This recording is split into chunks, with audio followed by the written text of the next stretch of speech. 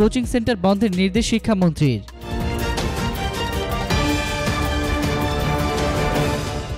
আসন্ন এসএসসি ও সমমানের পরীক্ষার জন্য দেশের সকল কোচিং সেন্টার টানা 1 মাস বন্ধ রাখা হবে। আজ রাজধানীতে এক সভায় এই নির্দেশ দেন শিক্ষামন্ত্রী ডক্টর দীপু মনি। জানা যায়, আগামী 2 ফেব্রুয়ারি থেকে শুরু হচ্ছে এসএসসি ও সমমানের পরীক্ষা। এ সময় প্রশ্ন ফাঁস রোধে দেশের সকল কোচিং সেন্টার টানা 1 মাস বন্ধ রাখার সিদ্ধান্ত নিয়েছে শিক্ষা মন্ত্রণালয়।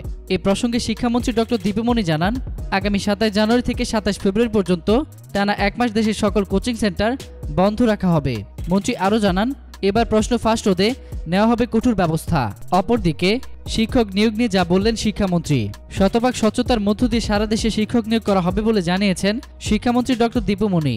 গতকাল দুপুরে চাঁদপুরে হাইমচর সরকারি বালক উচ্চ বিদ্যালয়ের 50 বছর পূর্তি উদযাপন উপলক্ষে আয়োজিত অনুষ্ঠানে প্রধান অতিথির বক্তব্যে একথা বলেন তিনি। বিশ্বমানের শিক্ষা অর্জনে শিক্ষার্থীদের নিয়মিত পাঠদান ও মানবিক গুণাবলী শিক্ষা দিতে শিক্ষকদের প্রতি আহ্বান জানান শিক্ষামন্ত্রী ডক্টর দীপু মনি। তিনি বলেন, শিক্ষার্থীদের নিয়মিত পাঠদানের পাশাপাশি মানবিক গুণাবলী সম্পর্কেও শিক্ষা দিতে হবে। তারা যেন উভয় শিক্ষার মাধ্যমে বিশ্বমানের শিক্ষা ও মানবিক গুণাবলী অর্জন করতে পারে।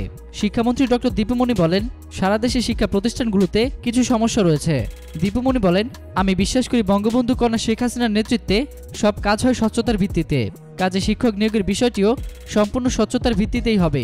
গত 10 বছরে শিক্ষা খাতে অসামান্য অর্জনের কথা জানিয়ে শিক্ষামন্ত্রী বলেন, এত বড় দেশ, এত মানুষ এবং এত শিক্ষা প্রতিষ্ঠানের মাঝেও কিছু কিছু সমস্যা রয়ে গেছে। এর মধ্যে প্রতিষ্ঠানগুলোতে শিক্ষক সংকটও একটি সমস্যা। তাই সারা দেশে এখন শিক্ষক নিয়োগ করা হবে। আগামীতে যাতে দেশের কোথাও কোনো শিক্ষা প্রতিষ্ঠানে শিক্ষক স্বল্পতা না থাকে সে বিষয়ে সরকার কাজ করছে বলে জানান দীপু মনি। দীপু মনি বলেন, শিক্ষক সহ সকল শ্রেণী পেশার মানুষকে তাদের নিজ নিজ অবস্থান থেকে জঙ্গিবাদ, সন্ত্রাস ও মাদকের বিরুদ্ধে ভূমিকা রাখতে হবে। তাহলে আমরা একটি সুন্দর সমাজ গড়ে তুলতে পারবো। এর আগে পায়রা ও বেলুন উড়িয়ে অনুষ্ঠানের উদ্বোধন করেন শিক্ষামন্ত্রী ডক্টর দীপু মনি। এতক্ষণ ফ্রিকি নিউজের সঙ্গে থাকার জন্য আপনাদের সবাইকে ধন্যবাদ।